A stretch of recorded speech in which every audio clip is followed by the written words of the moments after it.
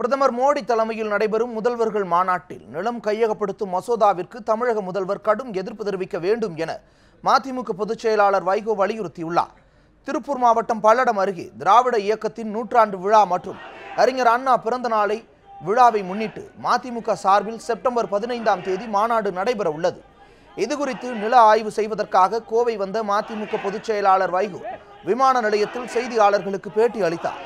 அப்போது தமிழக முதலமைச்சர் உடல்நிலையை அரசியலாக்க விரும்பவில்லை என்று தெரிவித்தார். நிலம் கையகப்படுத்தும் சட்டத்திற்கு தமிழக அரசு எதிர்ப்பு தெரிவிக்கவில்லை எனில் அது விவசாயிகளுக்கு செய்யும் பச்சை துரோகம் என வைகோ தெரிவித்தார்.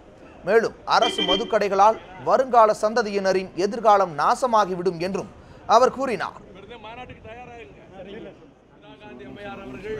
பதவியை காப்பாற்றிக் கொள்ள நெருக்கடி நிலையை அதைவிட கொடுமை நரேந்திர மோடி அரசு இப்பொழுது கொண்டு வருகிற நில ஆக்கிரமிப்பு அபகரிப்பு முயற்சி.